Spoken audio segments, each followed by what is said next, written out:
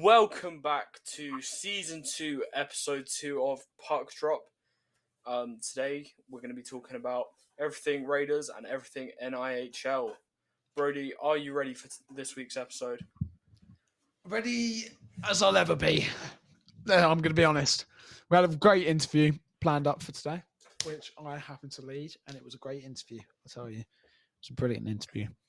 And I'm excited to see what everyone thinks. But let's get on with the actual bit that everyone's here for. So, as always, let's begin with our Raiders news. So, we only had one game this weekend against the Phantoms, and it was a win. Absolutely phenomenal, as usual. There's nothing like hearing the cheers from the fans on a winning game. We've got a really electric atmosphere, haven't we? Yeah, I think Romford's definitely one of the best. Well, best yeah. teams for People have said this week that our fan base is brilliant. So to anyone that said that, thank you. And I totally agree. So we actually had some of the Slough Jets two-ways playing for us this weekend, and they didn't seem out of place. They actually played quite well. Brady, you was actually at the game, I believe. So how did they look in person? In person, they look comfortable. I think getting a few games under their belts at the start with Slough was a good idea. Getting them in after that to a higher level, one level above, is a big step for them. But it was a step that they were willing to take, and they took it, and they did well. They didn't look out of place at all. They looked like they knew what they were doing. They looked like they, were in control of what was going on. And I praise them for that, because it is an incredibly tough league to come into. And we've had experiences in the past where players have come in and they've not adapted as quickly as others. And definitely, I think the Slough two ways are a great investment from Romford this year. I think they should continue playing them, because I think they did an incredible job. Yeah, and we've seen how beneficial some two-ways can be. Like TJ Anton, I know he was on a two-way with the second team, but he was once two-way, and look at him now. He's flourished. Definitely. So yeah, I'm definitely excited to see what the Slough two-ways are going to put up this season. It'd be nice to see them get quite a bit of ice time, because they, as you said, they look quite good.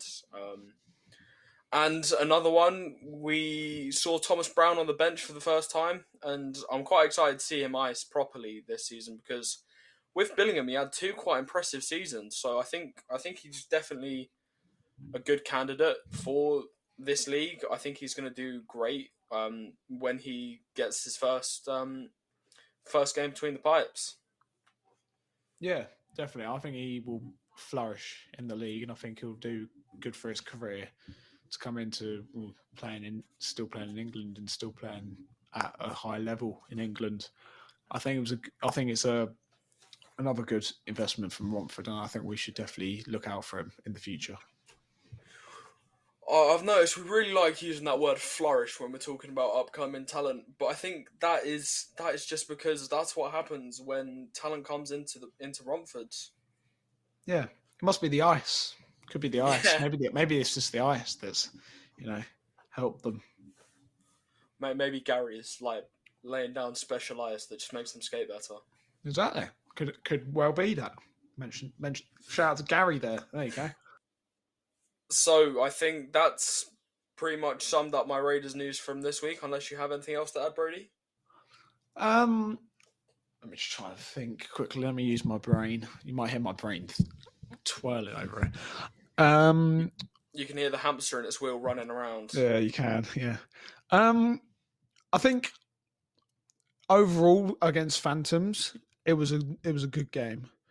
Obviously, we played them twice in pre-season, lost 1-1, and obviously, and it's nice to be unbeaten on home ice so far. I'll put the so far in there just in case. At the time of recording, but I definitely think the team at home ice is looking good. Team at away ice is still looking good. A bit But shaky, I'd argue, but yeah, you could argue a bit shaky, but that is based on the fact that adapting to a team in a different league to where you played before is hard enough, but then having to go away to different ice rinks and having to play on different ice surfaces is yeah, another new team, challenge. new coach, Yeah, so exactly. It's a challenge, and it's gonna take our guys a while to adjust. But after give it halfway through the season, I think they'll start getting a bit more comfortable with the routine, with the way things have been done. So yeah, definitely. well, I mean, I'll add this on before we get into the league news. But if we look at the league standings, we are currently in a two-way tie for fifth. No, three-way tie for fourth actually. So we're tied with Milton Keynes, Peterborough, and us, of course. And I think seeing us in a tie with Milton Keynes and Peterborough is definitely impressive because they're two strong sides. And I mean, to be already on the top half of the middle table, it's pretty impressive considering there's been seasons where we're right at the bottom. So I think it's going to be a good season. So Yeah, yeah. definitely, definitely. Um, so moving on to league news. I've got something. Go on. I don't know. This might have been on your thing. I believe, as far as I know, because there was a video released today from the NIHL official, emphasis on the official Instagram. There, it was top 5 goals of week 2, and I believe a certain Sheffield Steel Dogs player scored a Michigan. Oh really? Yeah, it was. I don't know if it was as no. I don't think many people knew about it, but Adam Lasham, one of our own, got featured in the video as well, alongside with Ross Venus from MK and also Nolan Gardner. Got that right from was it Swindon or Swindon? There. Oh no, Solway even. Sorry, Solway. So yeah, I'm checking who the player is now. He also had Peterborough Phantoms got on the top 5 there. Yeah, Adam Lasham at number 4 Yeah, of goals of the and week, then it and was Sam Tremblay for the Sheffield Steel Dogs got on Michigan against. I believe that is Solway, as far as I can see. But yeah, I think that deserves a round of applause personally because that is a brilliant thing to I achieve. mean, Um, shout out to him because scoring a Michigan, no matter what league, yeah, even yeah, from beer league to the NHL, it's seeing a incredible. Michigan is always incredible. Yes, yeah. I I think I've only had the pleasure of seeing one Michigan since I started watching hockey, I've never and seen one. that that was just I've incredible to I've never see. I've never seen one. I'm waiting for the one the one very special one that I see, and I hope it's going to be a player that I on our team, hopefully, but that I Yeah. like as well. So So, on to my main league news. Hull and Leeds are currently undefeated and conceded the same amount of goals. So they've both conceded 12 goals, but Hull is actually outperforming Leeds when it comes to scoring goals, despite them being level pegging for first place on the table. yeah, um, I mean Hull this year so far have been ones to watch. Same Oh, with 100%. Sheffield. You look at how they were last season, and they were good at. If you think about it, like the way that they got predicted, almost in a way to finish where they did. Um, Hull a little bit more mid-table last season, but then obviously Sheffield were down near the bottom. But now they've come in with obviously with the Steelers helping out. They've come in and started putting in shift after shift after shift, and they've started doing well. Hull are just a powerhouse at this point. They are definitely one to watch. I think it's nice. It's nice to see a few new teams in the running. It will definitely create the competition, and it will definitely make playoff positions a lot harder to get this year. Yeah, I mean, it's good to see this the Steel Dogs playing like miles better than they were last season, because it was quite a sad state of affairs how they ended up last season. But it's great to see how they're flourishing with the Steelers' help. Yeah, definitely, and Um, I think it is very helpful for them as well, being able to learn from the best as well. Obviously, because Steelers are known as the best of the elite league. I They're mean, top most of the time, so I think yeah, definitely something to look out for. yeah, I mean, the Steelers are an absolute powerhouse, and I do believe they're competing in the CHL this season, and they are, Already got off with a win, as far as I know. Um, yeah, they're which is really really impressive. So fair play to them guys, because they, that's not an easy competition to go into. You're playing some of the best teams in Europe, and yeah, it's tough. they're currently in a five-way tie for sixth.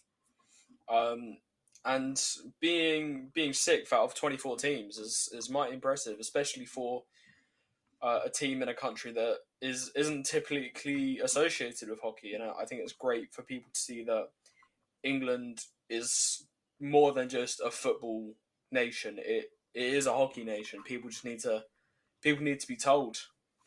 Definitely, and that's what we're here to do. That's where our job comes into play a little bit. Just trying to spread the word on teams, local teams that might be closer to you than you think. So anywhere up and down the country, there's teams you can watch. You can, at many levels, there is a brilliant tier sort of triangle in England, and I think it needs to go a bit more appreciated than it has been in the Yeah, past. and even if you don't have a national league team near you, even at the lower levels, some of the play is incredible. Yeah, definitely. Like, I think, I mean, I'm a bit biased here, but I think Invicta are definitely going to do great this season because obviously they've inherited our captain. So, yeah, I think Dynamo is definitely going to be one to watch. So if you live near Invicta, definitely go give them a watch. Um, and so back to our national news. My last bit. Telford and Bees are having a really rough start. So Telford were in the playoffs, so I was expecting them to kind of not hit the ground sprinting, but definitely hit the ground running. Um, Yeah. and they've lost all their games, and same with the Berkshire Bees. Both those teams, I think it has been a rough start for them. You can't deny that. Um, not that, not to say that they won't, I don't know, pick up the pace. That might happen. That might not happen. We don't know. Not time travelers, unfortunately. But I definitely think that they need to not in so many words as like look at things, but they need to sort of evaluate on what's happened so far and maybe try and grow from that, and also try and push themselves to try the best they can. Um, Definitely for teams like Telford, who got to the playoffs last year, it was, you know you come into this season with so many expectations, and you then don't come out with the results that you want. It's going to leave your fans feeling a little bit upset. But then you got to try and stick with it, keep going, and try and push your way up the table a bit more. Yeah, so I think hopefully they'll settle because last season they were interesting game to see against the Raiders. So yeah, it breaks my heart to say it, but Bees actually have forced them into 11th place as Bees have one overtime loss, giving them the upper hand by a point, leaving them in 10th place. So we're now going to move on to our interview. this week, Brody had an interview with Tyler Bertouche of the Bristol Pitbulls, I believe. It is, yes, and it was a good interview. So make sure to listen to this next bit really carefully, and make sure you get your listening ears on. And we're going to cut to that bit. What's the time? Oh, we could probably do it now. Let's do it now. Come on. Yeah. Also, shout out to all the Bristol fans listening. Hello, and I am here with Tyler Bertouche. How are you doing today, mate? Feeling all good. Happy to be on. How are you? I'm all right. I'm good. Well, we might as well just get straight on with the questions. So, my first one that I had, it is, what was it like to win the playoffs with the Peterborough Phantoms? Obviously, I didn't play a massive part, sitting on the bench and all, but it was a really good experience. Being quite young, it was nice to get that experience quite early in my career. Just seeing how the Final Four weekend plays out and the emotions that go into it, and seeing how the boys react to stuff, it was quite insightful for me. Because obviously on my team, I had guys like Will Weldon, Tom Norton, who's been there and done that before. So it was quite interesting to see how they entered the weekend and stuff. But it's a really, really good experience. I really enjoyed it. So yeah, because obviously at that age, it's almost like a boost of confidence, almost, to go out there and support your team and go and with a team and make it to that very special place in the playoffs. Going to Coventry, it must have been an incredible experience. it was an absolute blast. I enjoyed every moment of it. Just being around my boys and talking to them after. There's so much emotion flowing, and it really meant a lot to a lot of guys. I know it meant a lot to everyone, but guys like Will Weldon and stuff, like I think it was his last game, so it was nice to end that a win for him. And a few boys moved on after the season, so it was nice to get a win, like a good last win with the boys, especially like a really good group of people. So yeah, so we'll go back to the almost start of your career. So what it made you choose to play hockey, and especially choose to be a goalie as well. Big influence of my dad. He played when he was younger in Sweden, and he started playing when he came over here when I was born. So I just kind of was around the ice rink all the time, and just naturally sort of started when I was 8 or 9. And becoming a goalie, I wasn't a big fan of player skating, so I thought goalie would be less skating, but that turned out to be very wrong. Once I started, but I just enjoyed every moment of it, so I just stuck around and carried on doing it. So yeah, because obviously goalies play a huge part in it. In a part of the team is sometimes it's a position that might not get as much appreciation as needed, but I think it's 100% a big part of the hockey world, and it definitely gives people more opportunities out there. No, exactly. I'm a big fan of the pressure that comes along with it. Being the guy, like if a goal goes in, everyone looks at you. So I like having that ability to change a game and influence the game in that respect. I enjoy the pressure that comes with it, and I enjoy there's a lot more opportunities for goalies. I think, especially in this country, it's hard to break through, but once you do break through, it becomes more fun. Yeah, definitely. Yeah. So now we're going to go from the beginning of your career, and we're going to actually look to the future. Where would you like to see yourself, realistically, in 5 years' time? 5 years' time, I think the goal for a lot of guys and me is the Elite League. So I'm 18 now, 5 years' time, 23, 24. So that's realistically when I want to start looking at the Elite League and start playing small games in the Elite League. Yes. And that's the goal for the next few years. Just keep working with Cardiff and developing down in Bristol and see what comes of that. So yeah, I think that's sort of something that's quite common amongst British players, is trying to make it to the biggest league that we have over here. And it's obviously like basically our version of the NHL, and it's a big deal to be a part of. So yeah. But no, it's a big step. So I'm just taking it one day at a time, developing as much as I can, going with a good attitude and a positive mindset, and just seeing where I end up in a few years' time. Yeah. So you hinted at like your dad being a big influence as a young being a young goaltender. But if you had to pick a hockey player that was your idol growing up, who would you say? Henrik Lundqvist, being a fellow Swede, just kind of came naturally. Just seeing him play for New York and Sweden when I was growing up played a massive influence. I just loved watching him growing up. Just his style of play. I just found so intriguing. At the time, he was the best goalie in the world, so it was just kind of natural that I started following him, and I tried to like role model my game around him. And yeah, he's a massive influence for me growing up. So yeah. And then, who has been the best player to play alongside with at any of your respective clubs that you've been at? players, goalies.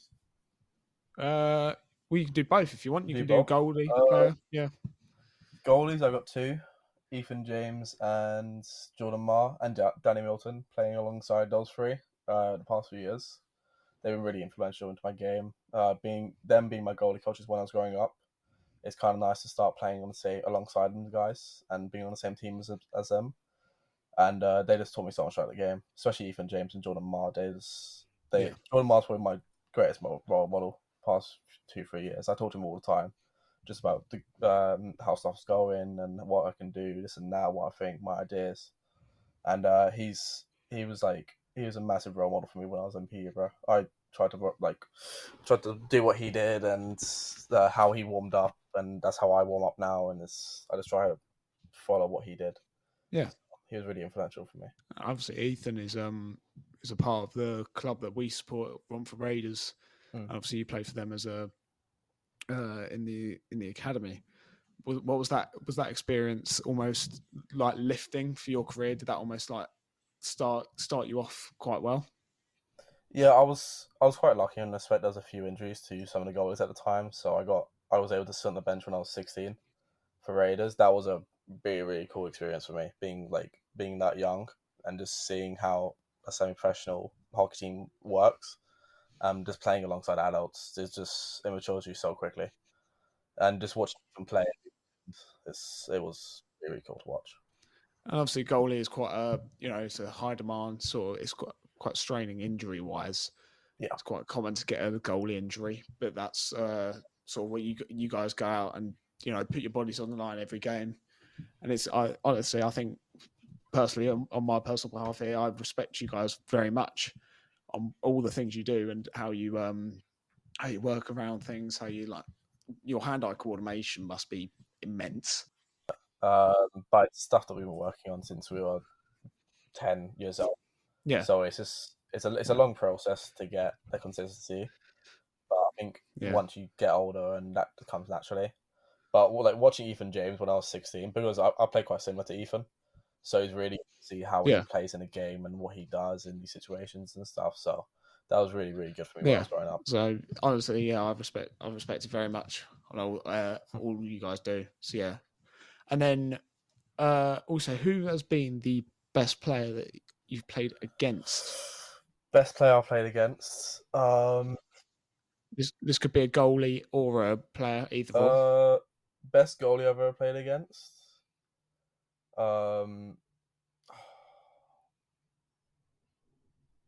Zamodra's up there. He's a solid goalie.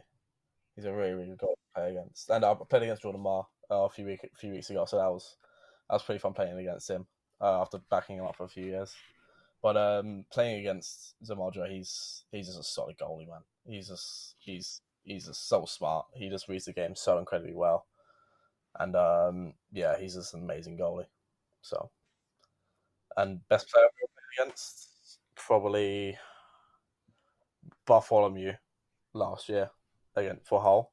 He was a ridiculously good player. He was really, really good on the blue line. Just every time we touched the puck, something happened. So you had to be quite wary of him. Yeah, well, you can have those players that you have to focus on a lot more on the ice, because obviously there's going to be some that are going to be higher threats than others, and it's quite a big thing. So that's done for our regular questions, but obviously we've got a few fan questions in from Instagram, so thank you everyone who messaged on there. Someone has asked a question that I've already asked, was what made you choose to be a goalie? So that was just growing up around your dad. All right. But what is your go-to pre-game hype song? Rockstar by Nickelback. I think it's Nickelback. Yeah, Rockstar by Nickelback. That gets me going. It's a solid dad song. Yeah, I do like getting that music for a game. Really gets me going. yeah, So it really gets you hyped up. So that's my go-to one. yeah. It's a good song. That I definitely, we played it around the Sapphire before a game, and I think it's definitely a big thing. It definitely gets the blood going. Definitely, yeah. 100%. It really gets you in the mood for playing a hockey game. Yeah. So I've got a few questions just on my own personal wise, and it's so you obviously big thing of goalies is they have to put on all these goalie pads, blocker, glove, all that. What has been the best setup you've seen? It could be from previous years or it could just be this year. Who has had the best setup? Are we talking National League or NHL? We could be talking absolutely anywhere. Charlie Lindgren from Washington Capitals. Absolutely sick style. Like his pads the past 2 years. I've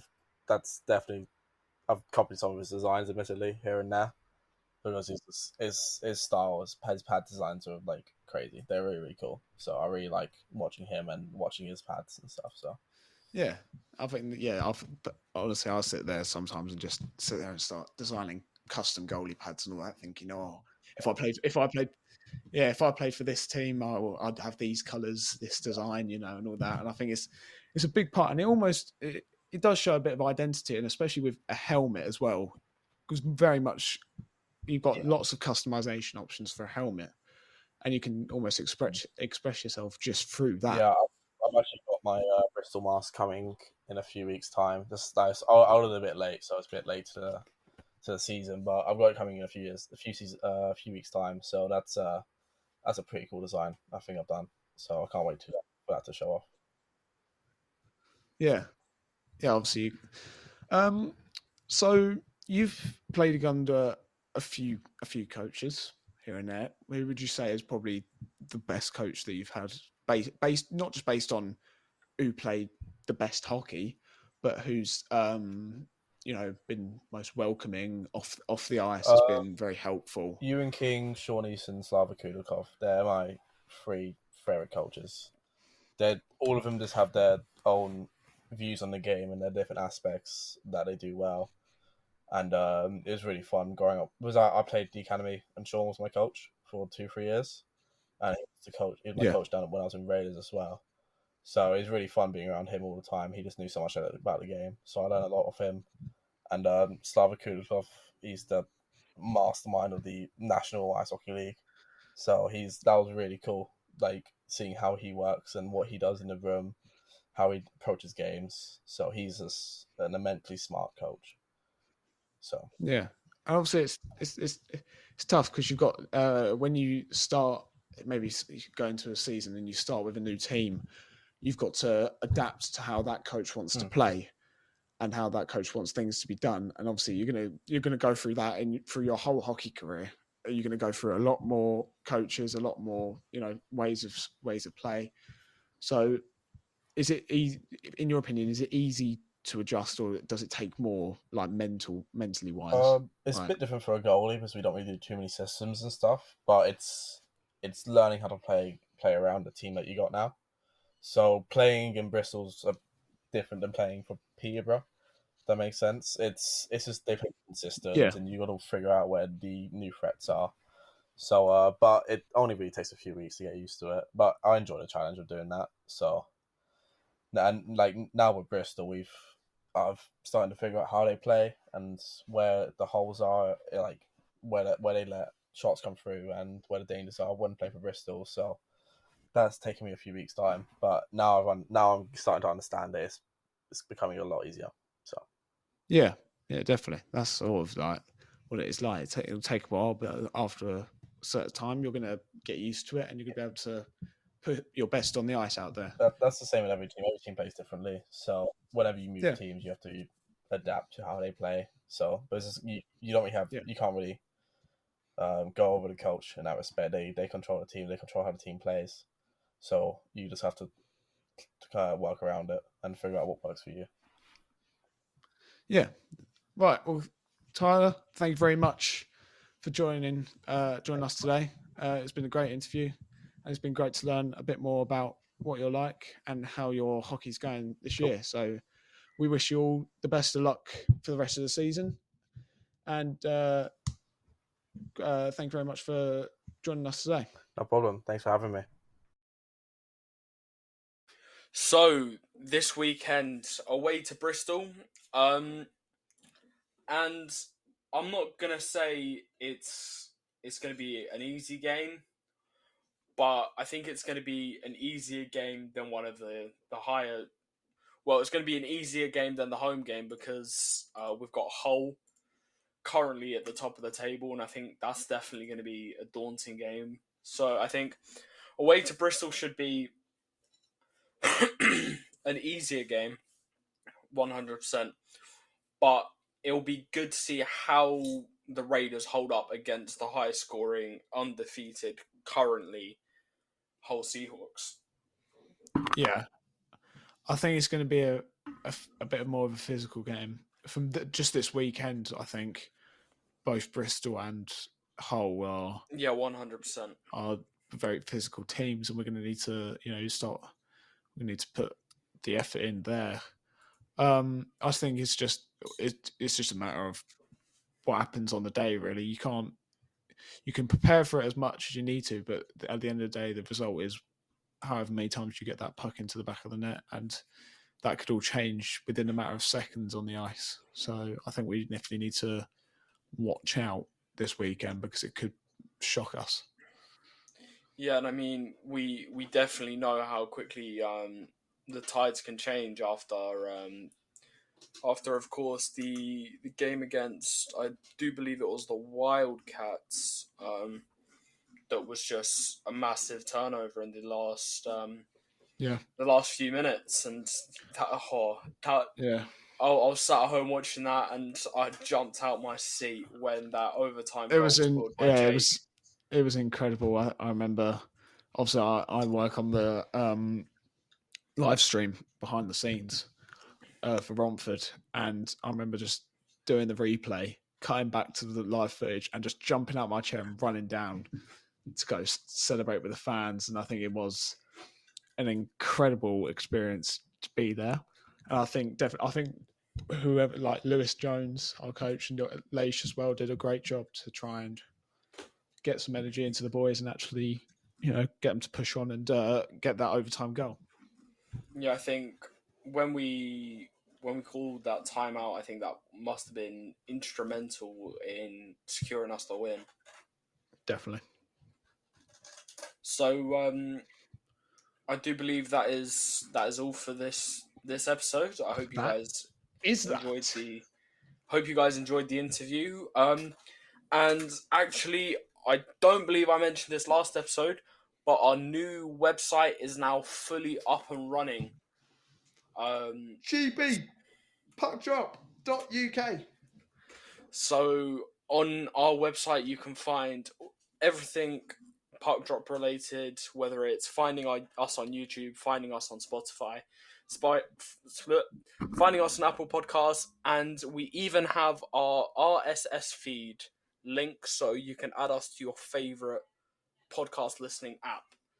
And if you scroll down, you can actually shoot us an email. We've got a little button that will send you straight to our email with any ideas, feedbacks, or suggestions. So please just send us as many emails you want. We love the support, we love the feedback. So it'd be great to hear from all you guys. And I do believe that is that. That is that. Do you think we should give them a cheeky little announcement of what to expect next week? Can I do the honours, please? Of course you can. Everyone, next week, I'm only going to say the name of it. I'm not going to say who we've got on, because I feel like that's deserving of you going over to the Instagram and having a look. But next week, we've called it and we've got a name for it. it is puck drops. First ever big thing. Not big, but it is a bigger thing that we've done. It's a pretty big thing. It's a pretty big thing. Next week, look out, because next week is the Big Raiders Week presented by Puck Drop. So we will be all things Raiders next week, with a few special people coming on, a few special guests, and we just go over to the Instagram. I believe it is just GB Puck Drop, and go watch out, see what happens, and we'll hopefully see you there. We will see you next week. Goodbye. Goodbye.